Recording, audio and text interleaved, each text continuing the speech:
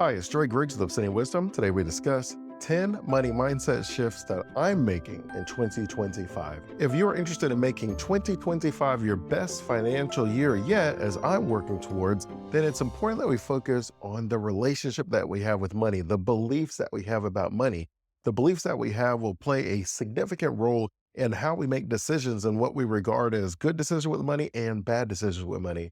If we have not accomplished our financial goals in previous years, then a lot of times it means that our relationship with money is self sabotaging in some way. It doesn't mean that it's even a bad relationship. It just means sometimes what gets us here won't get us there. That we'll need to make small shifts in our perspective about money if our goal is to level up or change something about our current relationship. All that we have done so far is exactly what we've been able to do. That's why you hear me all the time. I'll talk about the fact that the numbers show that within 3 years of winning the lottery, the majority of them are filing for bankruptcy. That professional athletes, that up to 80% of professional athletes, even though they had millions of dollars come into their hands over a very short period of time, are filing for bankruptcy after their retirement, about the same 3 years. That generational wealth that we see, that somewhere between 70 to 90% of generational wealth is gone by the third generation. This means that getting the money is not all that it's cracked up to be. It means that who we are, the beliefs that we have, the decisions that we make, ultimately impacts whether we get to keep the money. Even if it's given to you, even if you win millions of dollars, if you have not changed who you are, then we just eventually revert back to who we've always been. Which is why, for me, becoming a millionaire is not as much about the money because the money comes and goes. It's about who I have to become to achieve that goal. And that's where the focus is a lot of times when I'm interacting with my clients. So I wanted to share my 10 money mindsets that I'm focusing on in 2025, and I hope that you find value in them as well. Money mindset number one is to focus on growth and not just saving. There is a difference between getting out of debt, saving money, and actually building a predictable income stream that is not tied to us actively working. And when you're looking at the 7 streams of income that the IRS says that they recognize, 6 of those streams require you to invest in 3 asset classes. Those 3 asset classes are either going to be your own business, it's going to be real estate, or the stock market. And the numbers show that the top 10% of wealth within the country owns 89% of the stock market. So I spend a lot of my time focusing on investing in the stock market because all 6 streams of income are accessible through the stock market. All we're ultimately saying is if you're just putting your money in a savings account, that's not going to pay you a return large enough to keep up with inflation. As a result, that means that you're technically losing every single year whatever inflation ultimately adds up to be. And you know that some years inflation is 10%, but on average it's about 2 to 3%, which means that you're losing that. Ideally, we have our money invested in something that at least keeps up with inflation. So that way, when we're halfway to retirement, half of our money is actively generated by us working, and half of our income is generated passively from my investments. Because if our focus is solely on saving and cutting our expenses, there's only so much expenses that we can cut to get down to zero, but we can exponentially increase our income. We can either get a certification, invest in ourselves, and exponentially increase our income, or we can invest in real estate, which could replace our annual income. There are so many asset classes where we can leverage our money in a very successful way, where we're able to definitely increase our wealth much quicker than we can cut so much of our expenses. My second money mindset of 2025 is to view money as a tool, not as a goal. When you're looking at the money that we're generating, a lot of the times when I'm talking to people, we're trying to get the money. I want to get my money right. Once I have the money, I will go on trips with my family. I will visit people. I will go on vacation. I'll do all these different things once I have my money right. But what I have found from my own personal experiences, if we don't immediately cut off the idea where, oh, I just don't have enough money to do that, but we try to get creative and say, how could I do that? What could I do to accomplish that? Where we can go to relatively cheap events and still create these amazing experiences, we have to maybe do a little bit more planning on the front end where we're able to put the money aside, where let's say the fair is coming annually. I take my kids to the fair every year. We probably spend somewhere around $500 at the fair. Well, that's a lot of money to spend in 1 month. But that wouldn't be a lot of money if you put $50 from each paycheck towards that. So now you have that money set aside and you don't have to worry about it anymore. But if the thought is, well, I don't have enough money to do that, so I'm not going to worry about it, or we're going to sacrifice our present for the future, I believe that we don't always have to do that. There are sometimes there's ways to accomplish both things. When we realize that money is a tool and not the goal, I often share with people, and I'll place it on the screen. I call it the beginning of happiness wheel. And it goes over, and it's like a lot of those wheels where it goes over 8 aspects of our overall life. And that happiness is tied to how we spend our time. If we spend enough time on these 8 aspects, then we feel really good about that particular part or our whole life as a whole. And I find that if we're not spending enough time on any part, then that ends up being where we don't feel as comfortable or as good about overall lifestyle. As a result, the goal for money is to be a tool to accomplish that ideal lifestyle. The way I would describe it, and I forget who to credit the story to, but he basically was telling a story, and there was this fisherman, and this businessman came in, and he met the fisherman as he was fishing, and he talked to the fisherman, and he says, I go fishing every single morning about half the day, but I don't go until after I have breakfast with my wife, and then I come back around noon so I can have lunch with my friends, and then I spend time with my children and my grandchildren in the evening. So I normally fish about those 4 hours, and it's a pretty nice life. And the businessman said, I don't know if you know, if you're catching all of these fish in 4 hours from 8 to 12, do you know that if you fished all day, you could have a significant amount more money? And the fisherman was like, well, what would I be doing with that? He's like, well, if you had more money, then you can invest in more boats. And then when you have more boats, you can hire a staff, and then they can all go fishing. And he's like, okay, well, then what? And he's like, well, then you'll have a big enough company and enough success that you'll be able to have breakfast with your wife, have lunch with your friends, and hang out with your children and your grandchildren in the evening time. And the fisherman said, that's what my life already is. And I think sometimes what we end up doing is we could already have that lifestyle. It's almost like we're trying to complicate things. We're adding all these layers because we've been told the goal is the money. But what we end up doing is a lot of times we'll sacrifice all of the things that we would then spend the money on.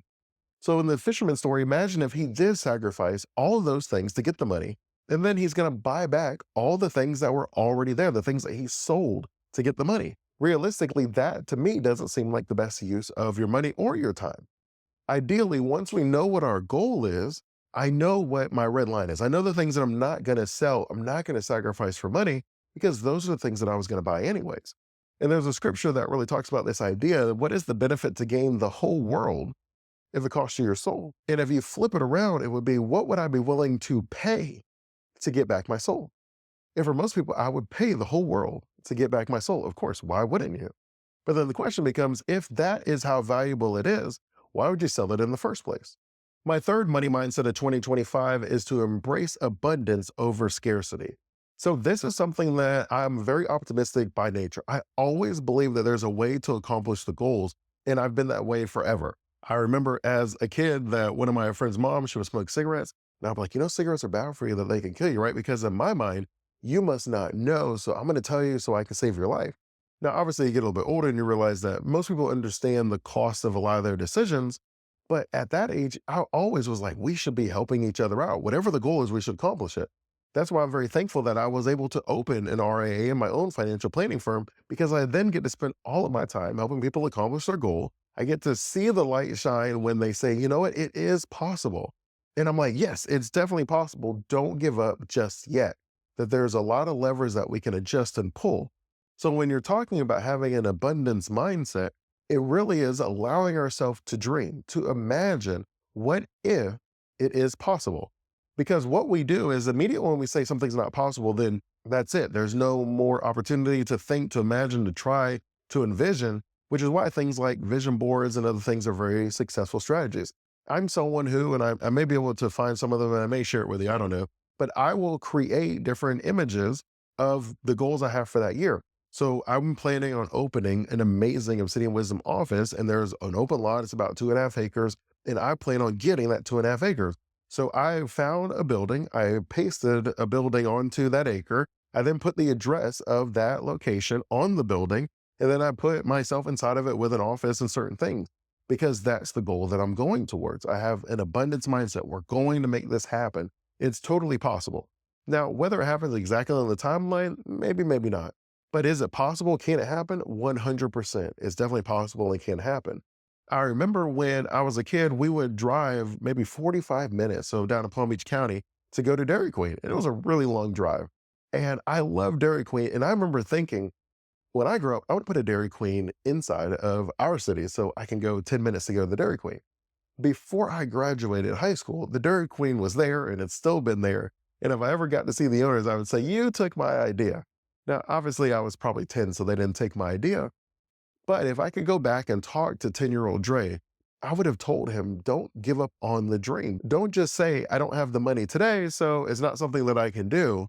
Imagine how you could find the money. Now, naturally, I've seen other shows with Shark Tanks and different funds where people are able to raise funds to purchase all sorts of things that they don't have the ability to purchase on their own.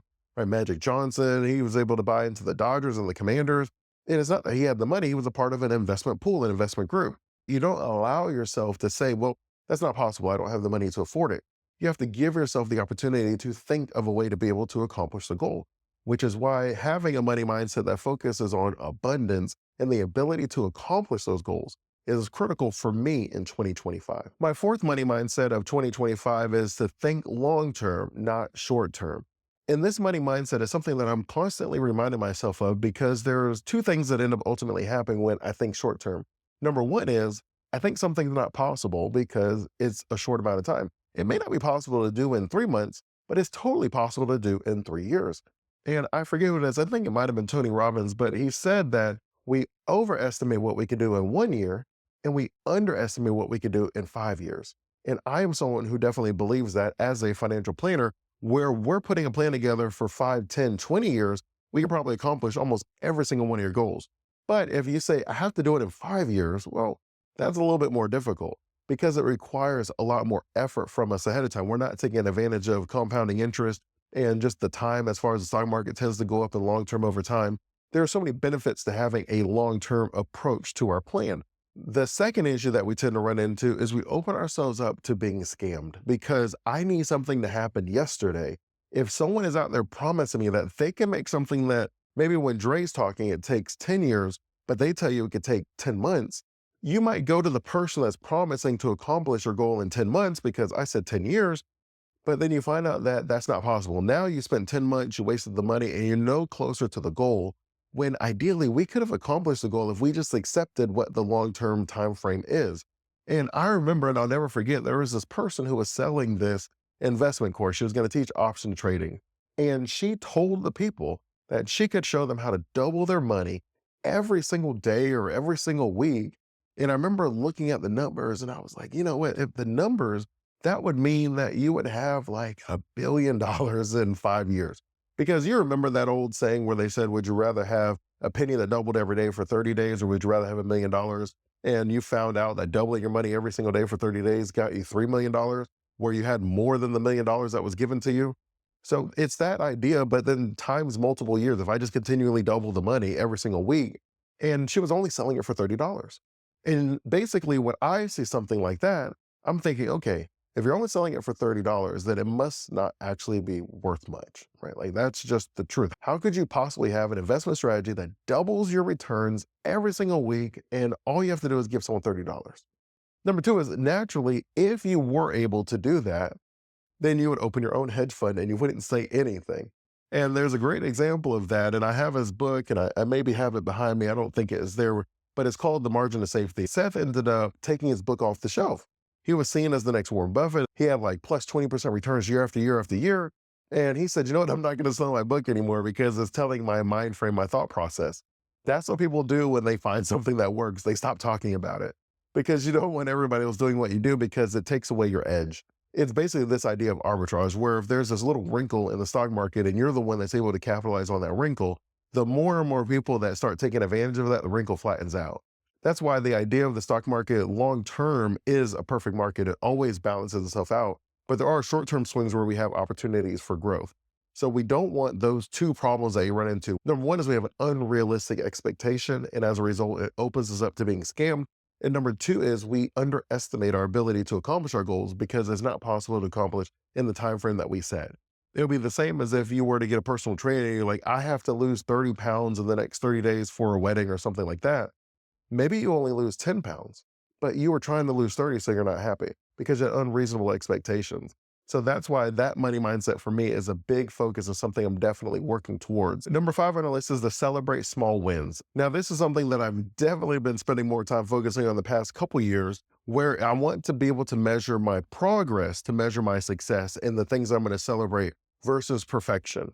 I'm someone that I'll sit there, I'm so optimistic, this is where I want to go.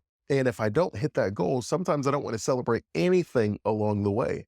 But the mistake that we end up doing is we're basically telling our mind the whole journey is a failure unless we reach the end milestone.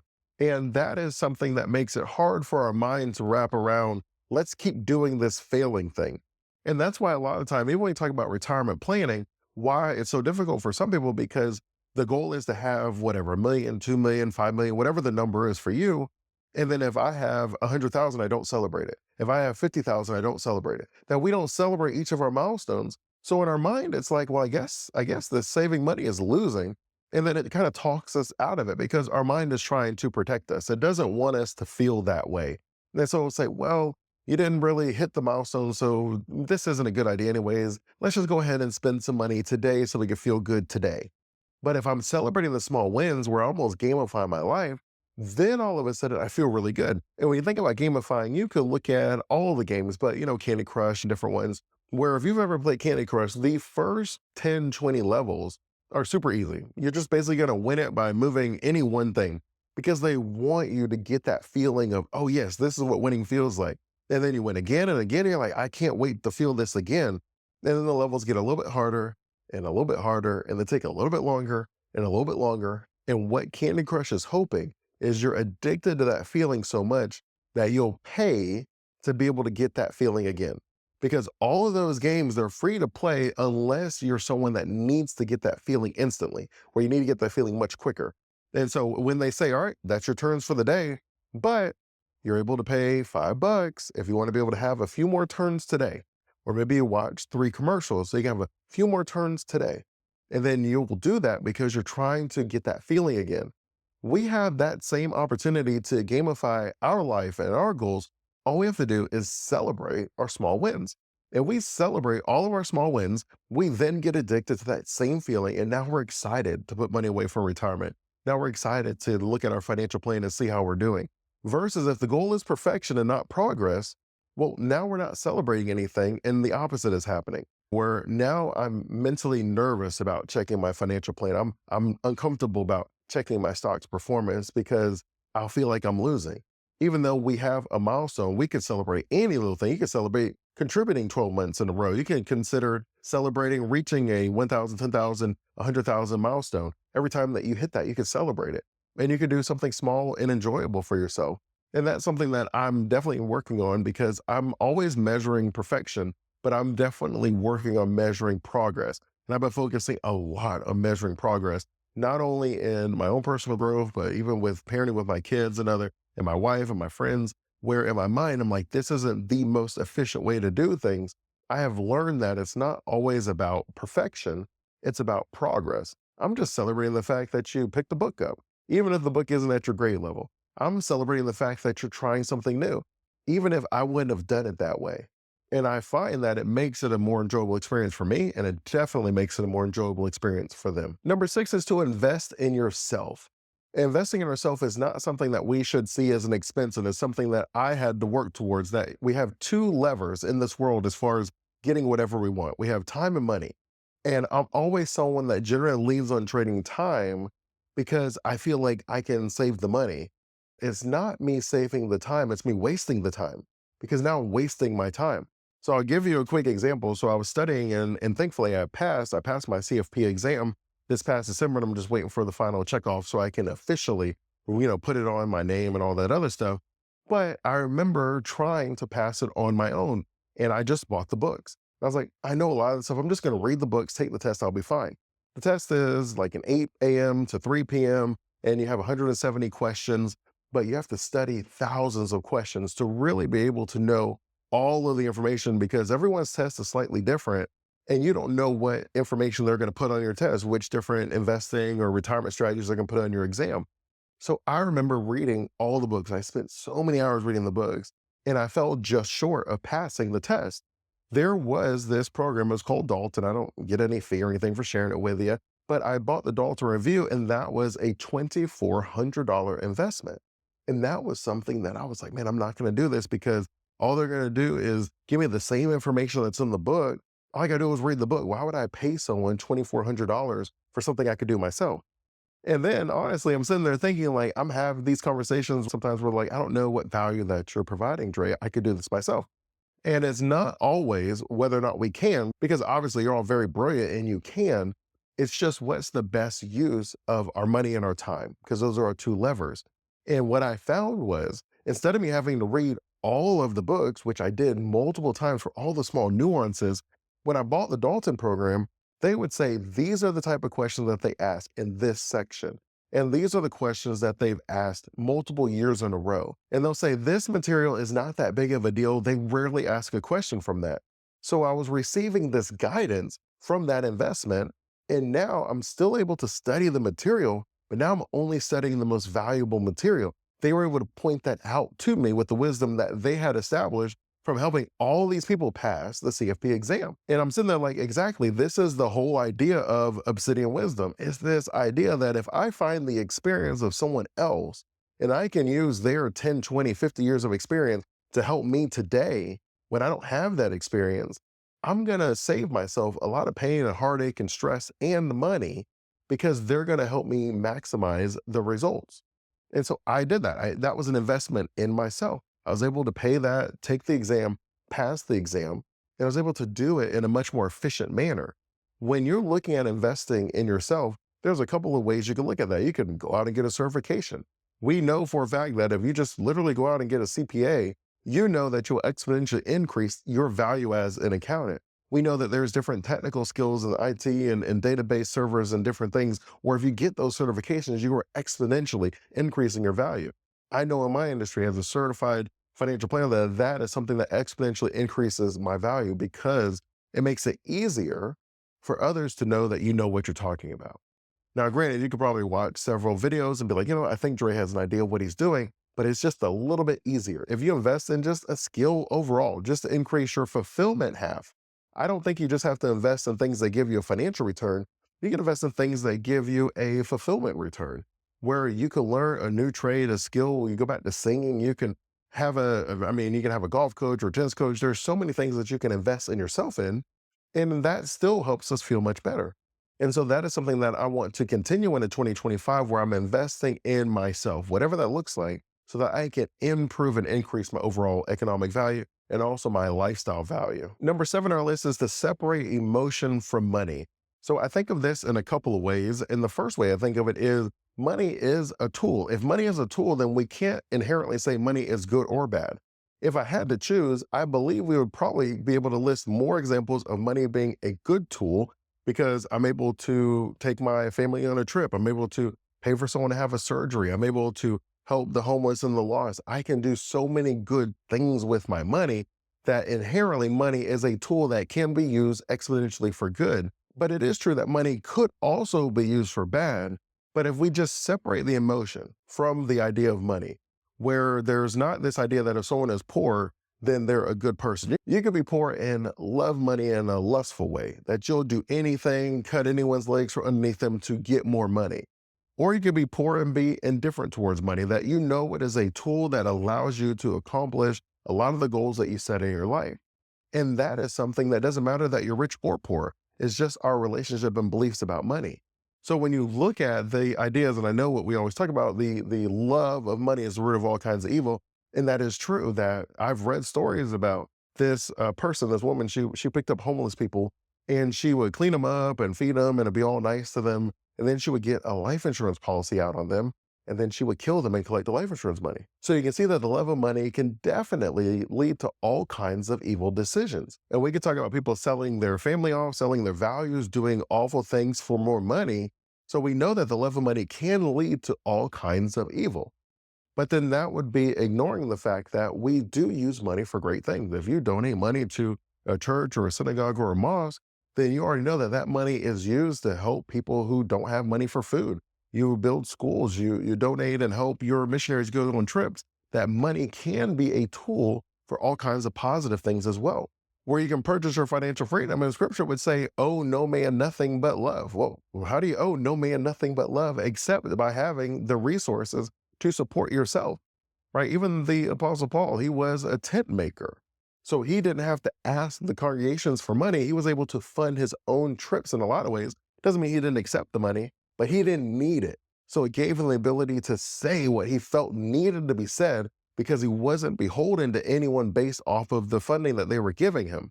And ideally for me, that's how I look at it. Money is a tool to accomplish lifestyle goals, freedom goals, and overall generational wealth goals. That means that we should not look at money as an emotion, that whether we're investing the money, it shouldn't be something that makes us feel good or bad. It's a long term strategy. So we know that it's going to go up and down, but we know long term over the history, it has gone up. So we would expect it to go up long term. The same idea is when I talk about spending my money. I could be happy buying myself an Aston Martin DB9, but I think I might feel better if I'm able to use the time I purchased to play checkers with my daughters or go on a Spartan race with my wife.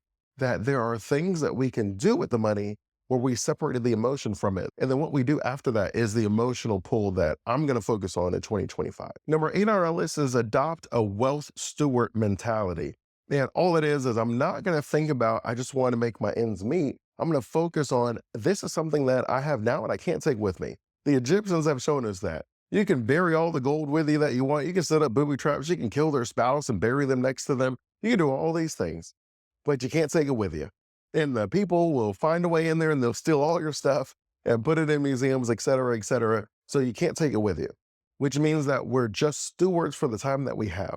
And if we're only stewards for the time that we have, then me spending it is not always the best thing that I want to do. I don't want to just make ends meet. I want to build a legacy. I want to build generational wealth. I want to help the future generations because it's not mine overall, right? It's going to go away. And that will happen when I pass, or that'll happen in my lifetime if I spend it all.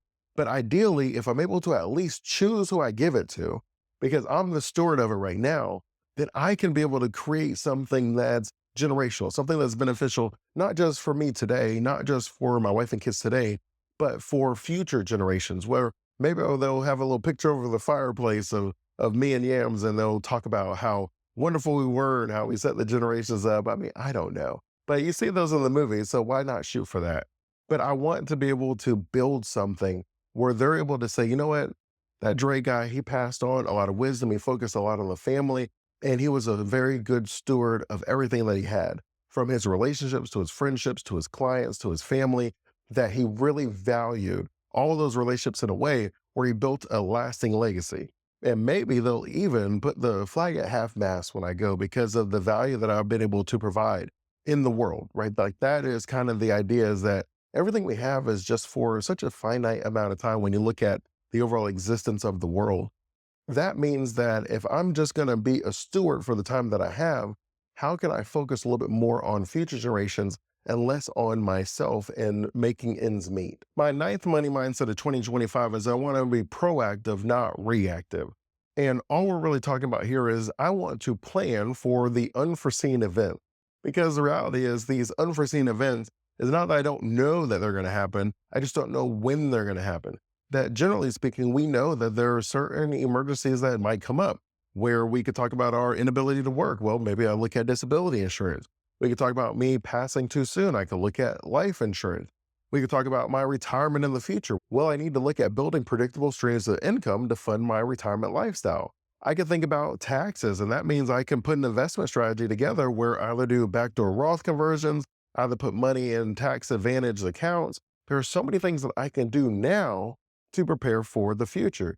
I don't want to be reactive. I don't want to get my first tax bill and be like, I need to find a way to lower this tax bill when I'm putting the information in, like a TurboTax or something, because most of the time that's too late. But if I'm able to be a little proactive, where I put a 5-year plan in place, I could probably accomplish the goal that I have set. But I have to be forward thinking enough to be able to recognize some of those challenges I'm going to run into. That if I'm going to accomplish my 2025 goals, that means I need to be thinking about taxes right now. How am I going to put the money to make sure that I pay a lower amount in taxes because I'm going to be increasing my income as I take on more clients and we grow the firm? That is something that I'm already thinking about. I'm already putting a plan in place. And then we have to look at hiring people and training advisors and what that looks like from a compliance standpoint. I have to set all of these pieces up ahead of time. So that way, as I'm accomplishing these goals, I already know what the plan is. At this number of clients, I'm going to bring on another advisor. At this financial point, I'm going to bring on a client success manager. All of these things are in the cards and are laid out because I already have a plan in place. I need to be proactive. And you should be proactive when it comes to your retirement plans as well. We know things like inflation and taxes and different fees. We can put a plan together to ensure that we mitigate that risk today. We're not going to be surprised in retirement that we already have a plan in place. We've already taken the steps necessary to ensure that we give ourselves the highest probability of success. Because ultimately, that is all wisdom is, as I'm always telling you guys. Wisdom is the ability to have these experiences and are able to use my experience or the experiences of others to get a consistent result. That if I joke with you guys about, grandma's peanut butter cookie recipe, there's something that grandma knows that the rest of us don't know why hers tastes so much better. That she gives us the knowledge, she gives us the recipe, but we don't understand why it doesn't taste like hers. And there's something that she's been able to understand over the years to build that consistency to where her cookies always turn out perfect.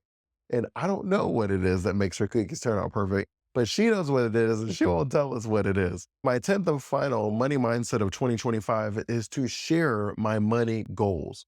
The people that you share your money goals with is up to you. It can be friends, mentors, it could be your advisors. If you want to build your team out where you have your attorney, your financial planner, and your CPA, however that looks for your overall team, you can share your goals with them. And then they should be able to give their insights, they should be able to give you their encouragement, and they should be able to hold us accountable. That when the goal is only in our mind, we can move the goalposts because it's just us that knows about it, and we can talk ourselves in and out of anything. We're very great at negotiating with ourselves. We know all of our weak points. But if we share the goal with someone else, and then we know that we're going to let them down, I think it's great to just set a frequency where like, hey, look, let's check in once a week, once a month, and just see that I'm still on track. This is what my goal is. This is what I'm trying to do. This is what it would require of me. Just ask me if I'm taking the proper steps to accomplish the goal. And when you meet with these people, there's a couple things, right? At the beginning, you're going to literally be, oh my gosh, I'll have the meeting coming up next week. I have to put a lot of pieces in place. And then you might be able to pull it off. But if you can't, then you're going to think, I don't want this to happen next month. And then you've already made a shift in your mind just by sharing it with them. The other thing is sometimes because they already have that wisdom and experience, they just share their own insights with us. Oh, the goal that you want to accomplish, I know someone that was able to accomplish it by doing this. How does that sound for you? It gives us such an ability to save on our time and resources where I believe that it's a great approach to bring others in. Oftentimes we want to keep it to ourselves. We either don't want to embarrass ourselves or we're not sure that someone's going to steal our idea and different things. But I have found a lot of the times us sharing our overall ideas ends up making it a little bit realer for us that we know what's going to happen. I've told you what my plans are for 2025. I'm going to look back at this video. You'll look back at this video. Hopefully you encourage me and you share some of your goals for 2025. And then we're able to hold each other accountable as our own little community. So ultimately, when it comes to changing our money mindset in 2025, it starts with us taking action. We don't need to take all 10 of these at once. We can start with just one, focus on that for a week, then move on to the next one, focus on that for a week. Or you could just focus on one money mindset goal each month, where each month you focus on one goal and then you build and stack on top of that, where we're not trying to do all 10 at the exact same time, starting on the exact same month of January, because then we may burn out. But if I focus on one over a month, I still at the end of this year will have accomplished all of my goals with 2 months to spare. And so that is the approach that I'm going to take. And then you let me know what the approaches you're going to take. But if you found value in this video, then I simply ask for you to like and subscribe. If you have any additional questions for me, or you'd like to sit and discuss how we can plan out your best financial year ever, I'll put a link in the show notes where you have access to my calendar, and then we can go from there.